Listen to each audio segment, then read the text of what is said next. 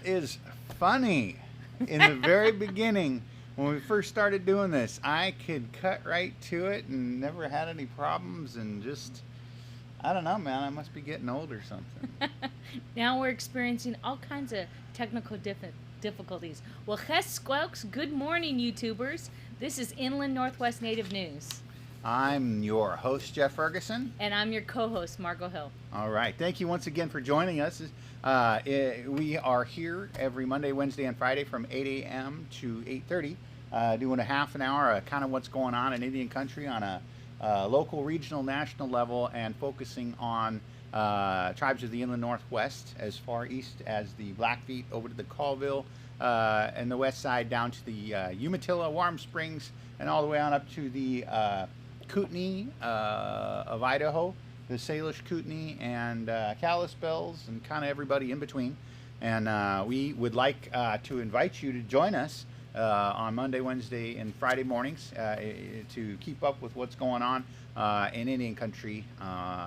Be sure to like and subscribe. So we have a lot to cover today, and so we're pretty excited to be sharing some of this stuff with us. We did have a couple announcements. Yeah, we wanted to do one of them first, I think. Yeah, we're going to do this one. So we'll cut right to this one. So we want to cover stories that are interesting to you, sports events, cultural events, anything, great things that your tribe's doing. So if it's important to you, it's important to us. And so please reach out, let us know. Yeah, let's do this. So I have something we're going to share. There's a cool little video that we got from Beckham BareHand. But before we get to that, I want to talk a little COVID before we get going. There've been a lot of changes, and we have an announcement here, and I want to go over kind of what happened out in Welpinit too. So this one is River Warrior Society, Colville Res PPE distribution. The River Warrior Society is an Indigenous-led nonprofit group whose mission is to aid, support, and facilitate the revitalization of salmon and canoe culture in the Upper Columbia River watershed. We are an intertribal coalition of canoe families who are intimately connected to protecting the land and traditional waterways. We were taught to take care of our elders in time of need, and want to thank the following for support as we distribute PPE and household items to the Colville Reservation. Jason Umtuch with Fires Igniting the Spirit and Better Health Together. If you or an elder in your family needs a box of PPE, you can, let's see, these will be distributed February 27th at 11 a.m. at the rest area in Nispelum. The kits include disposable masks, hand sanitizer, and face shield. Household items also include dog food, household cleaning supplies, toiletries, cases of water, limited quantities. First come, first serve. Stay in your vehicle and volunteers will load the items into your car. Please wear a mask to protect our volunteers. For more information, you can contact Twola Rockstar Swan. Hey. You can catch her at riverwarriorsociety1@gmail.com or Genabug Red Star at 509-701-5525 or 509-631-0627. Or to donate, you can go to PayPal, PayPal.me/River Warrior Society. It's all one word. We'll leave a link in the comment section for you below. So that's tomorrow, Saturday. It's past the headquarters, the Lucy Covington Center. Go past, it's right on the highway though, the Chief Joseph rest area right there in Nispelum.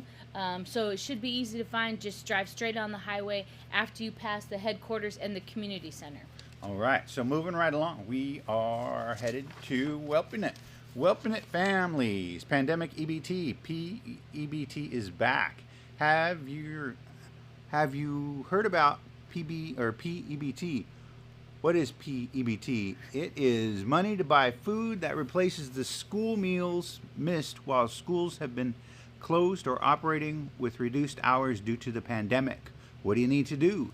There is no need to apply this school year. Eligible families within the Welpinit School District will automatically qualify, but we do need you to make sure your address is up to date with the school. So call the school at 258-4535 to make sure your student's address is up to date, especially if you have recently moved or had a change in circumstances.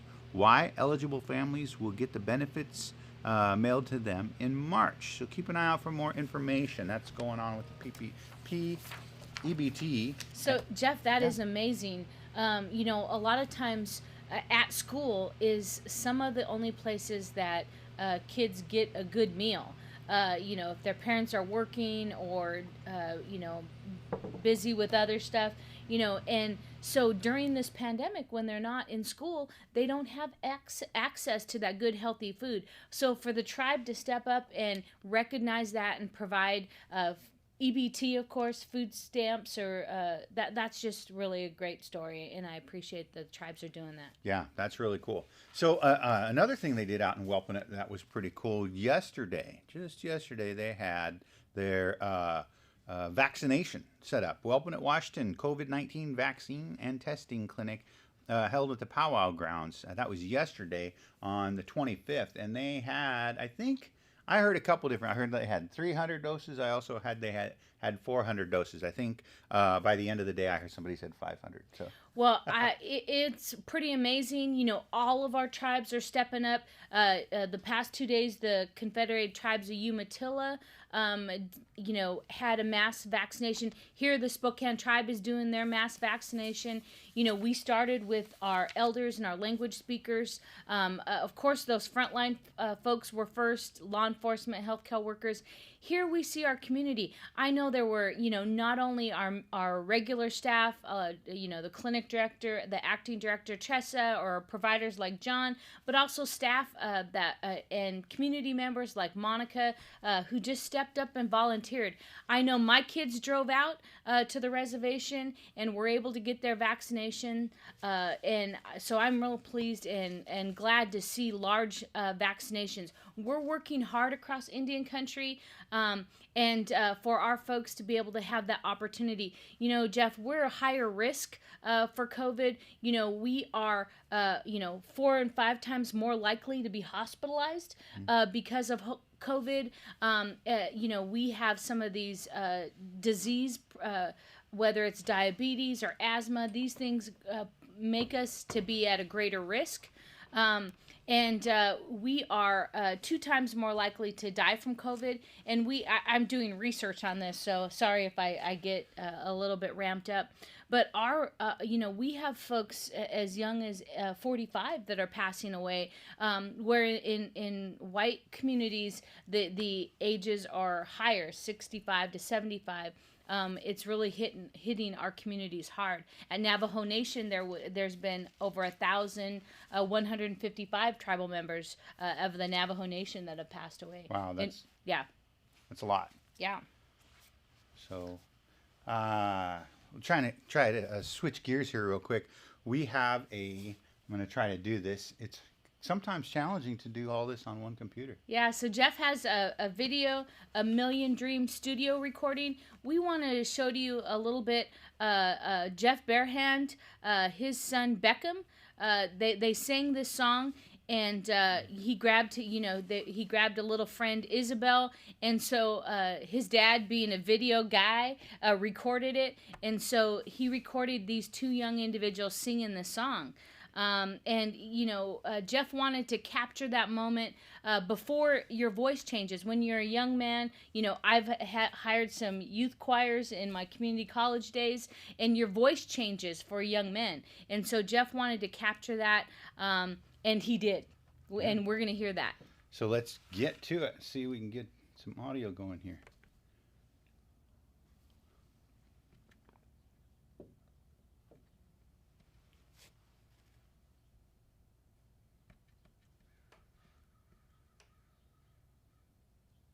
Oh no.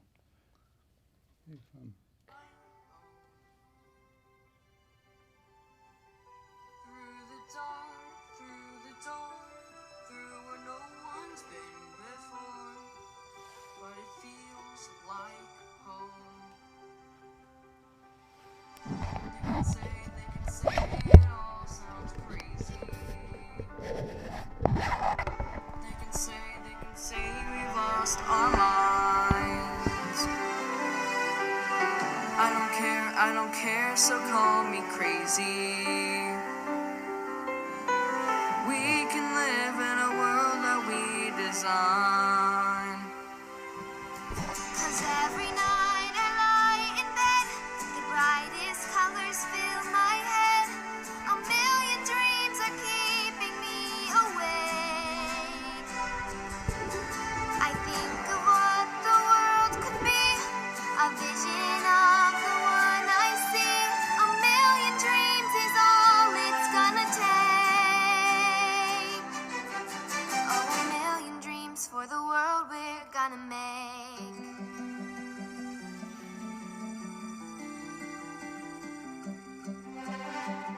There's a house that we can build. Every room inside is filled with things from far away. Special things I compile, each one there to make you smile on a rainy day. They can say it all sounds crazy. They can say we've lost our minds. I don't care, so call me crazy. Run away to a world that we designed. 'Cause every night I lie in bed, the brightest colors fill my head. A million dreams are keeping me awake. A million dreams. I think of what the world could be, a vision of the one I see. A million dreams is all it's gonna take. Oh, a million dreams for the world we're gonna make.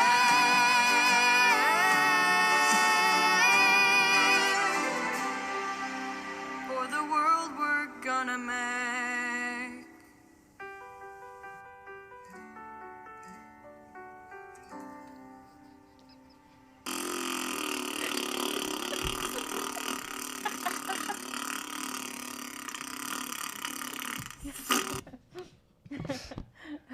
All right, that was Beckham BareHand, and yeah, Isabel was his friend, and Jeff BareHand and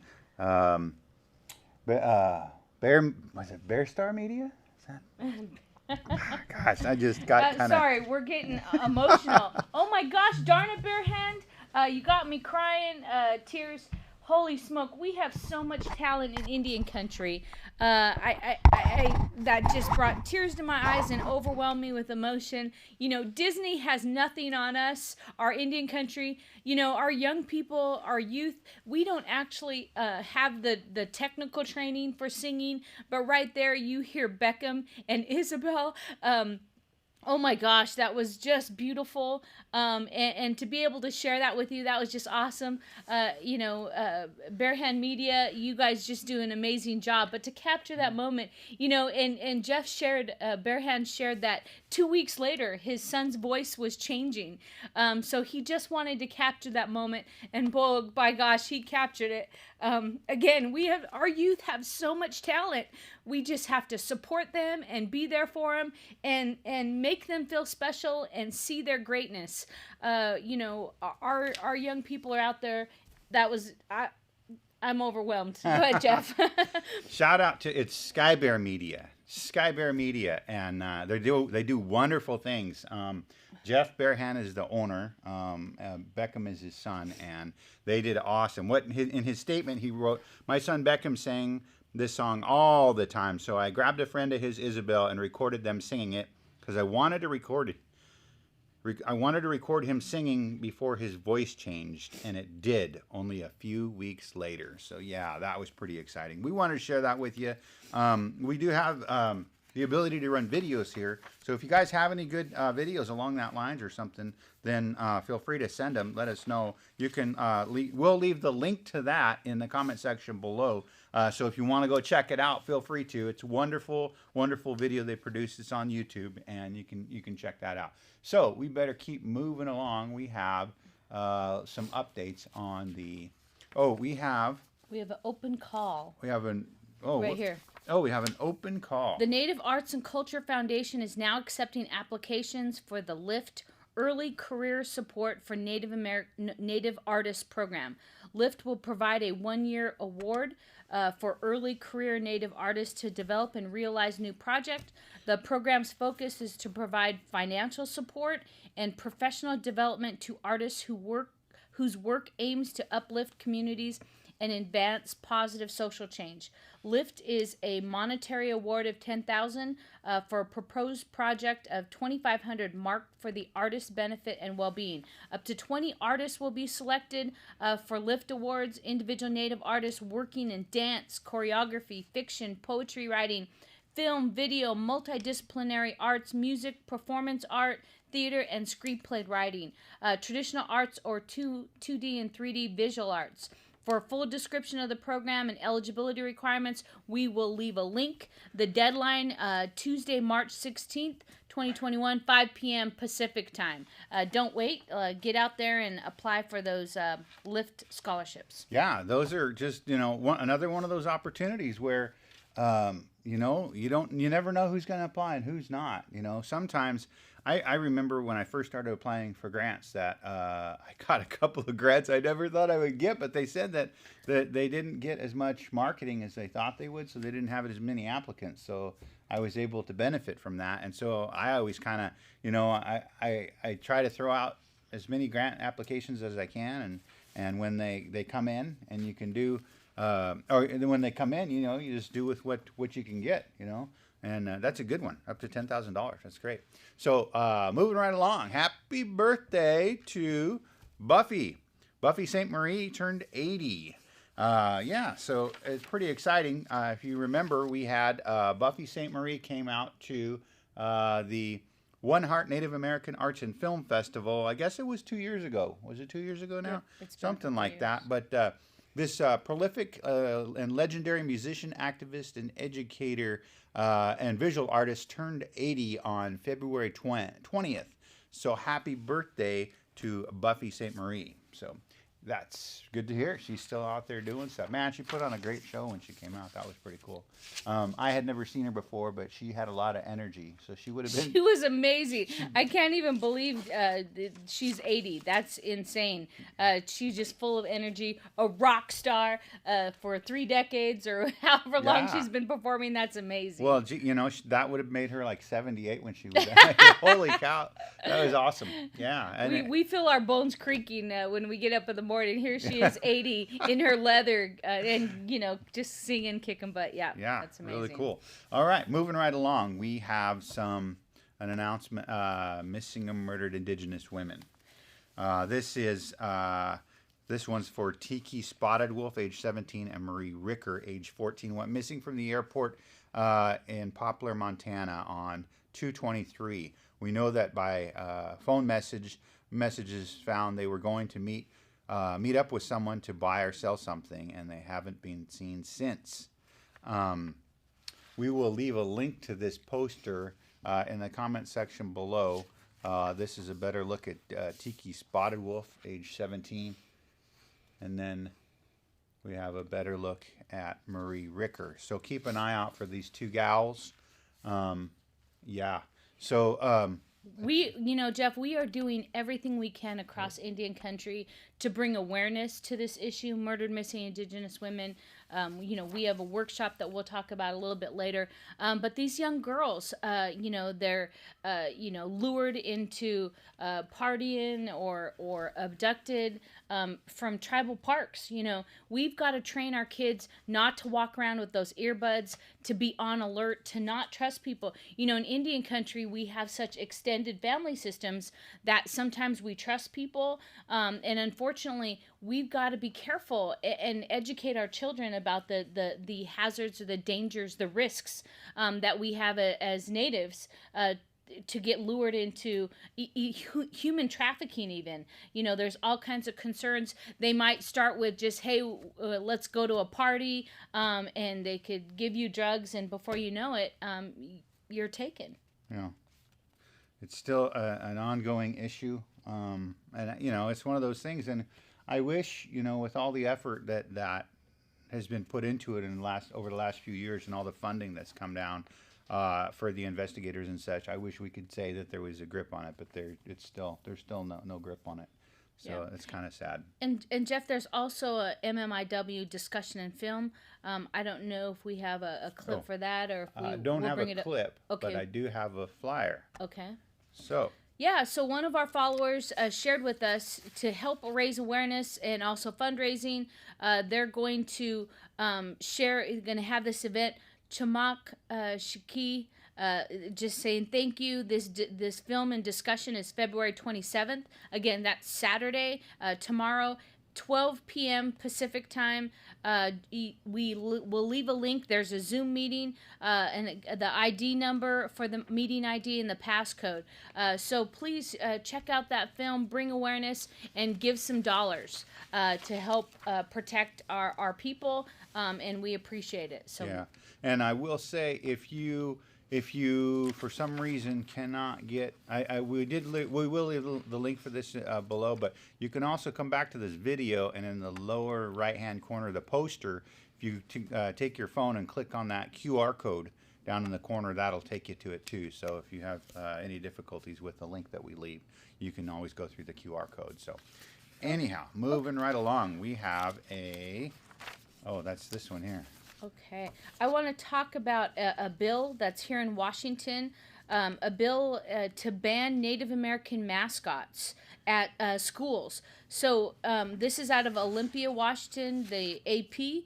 The use of Native American names, symbols, and images would be banned from being used at school as school mascots, logos, or team names at most public schools in Washington state.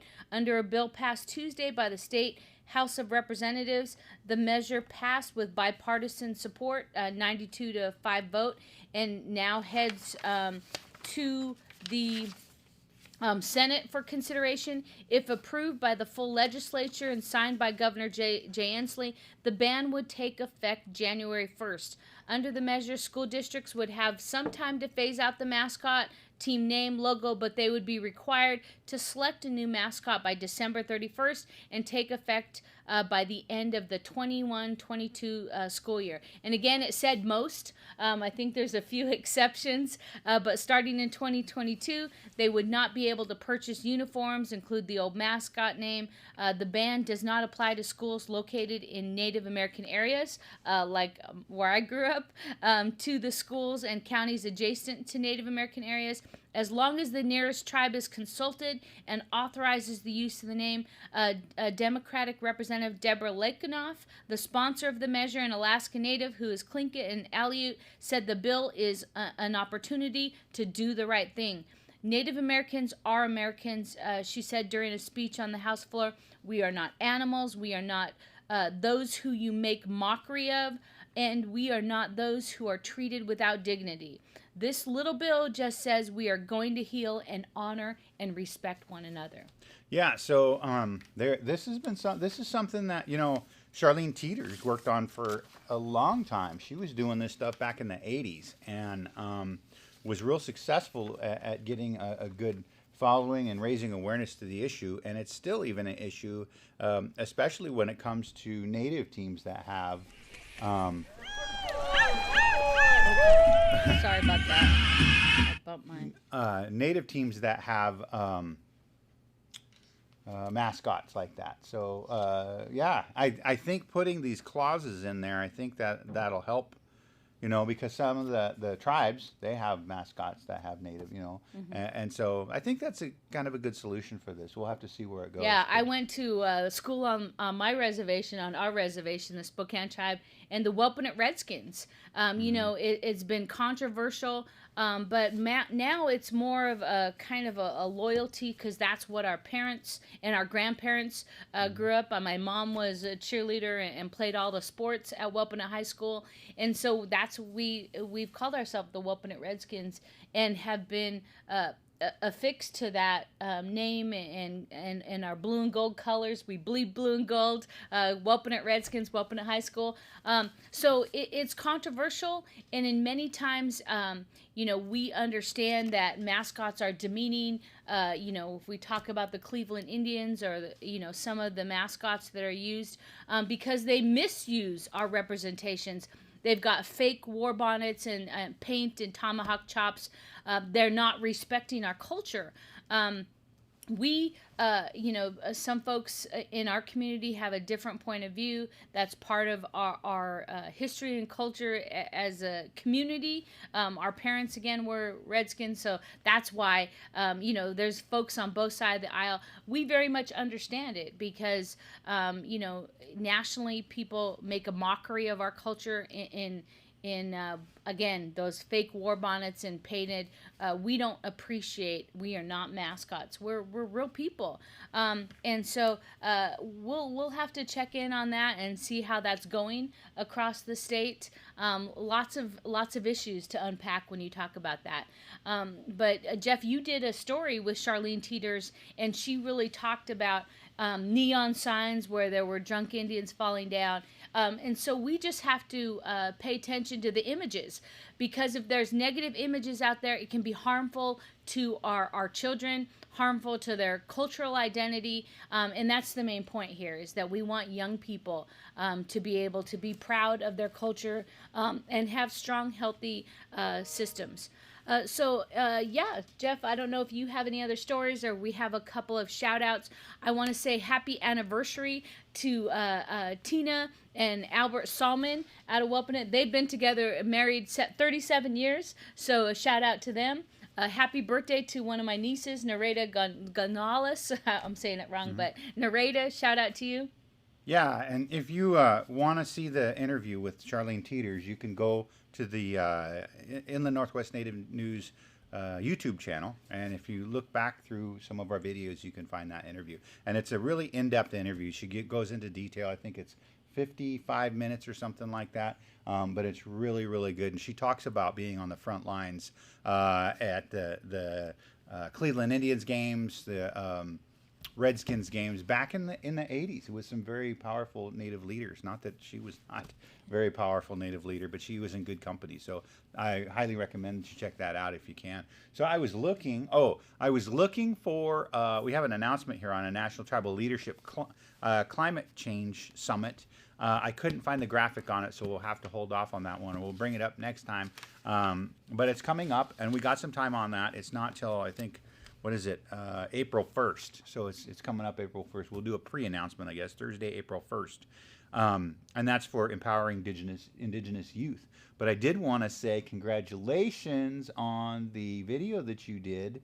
I just noticed while I was looking that the video that you did on Native scholarships ended up on the ATNI Facebook page. Oh, yay! ATNI. Shout out to ATNI. All right. Yeah, that's pretty cool. So we do have a couple quick other things here I wanted to share. Again, we are in that time that we are double masking now. Come into contact with lots of people at work or in your day today. Take it from Bigfoot and consider wearing 2 masks as an additional precaution. Want to know how to improve your mask protects? How your mask protects you? Follow the link below. All right, Jeff, we have a word for Bigfoot. Our people call him Swanati. So I believe, Bigfoot, it's in our stories and our legends and some sightings. So mask up, double mask. Swanati says so. All right, Swanati says so. And quick shout out to Scott Pion out in the Whelpinut Food Bank. It is produce time. And pictured there was Ronnie Andrew, one of our favorite little prairie chicken dancers. But Ronnie's working with Scott Pion and providing healthy food at our commodities there. Yeah. And, families on the reservation often don't have access to fresh vegetables. We are food deserts is what we call them in urban planning. And so when you have these tribal communities that have to drive over an hour or to get get fresh fruits and vegetables, it can be a struggle and a challenge to eat healthy. So shout out to Scott Pione, and also pictured there Ronnie Andrew, his worker there, bringing us fresh fruits and vegetables. All right. Yeah. So I think that is about it for today. So thank you once again for joining us. Again, we're out Monday, Wednesday, and Friday, 8 a.m. to 8:30. We're half an hour and in the a.m. Be sure, like and subscribe. If you have story ideas, please let us know, and like and subscribe.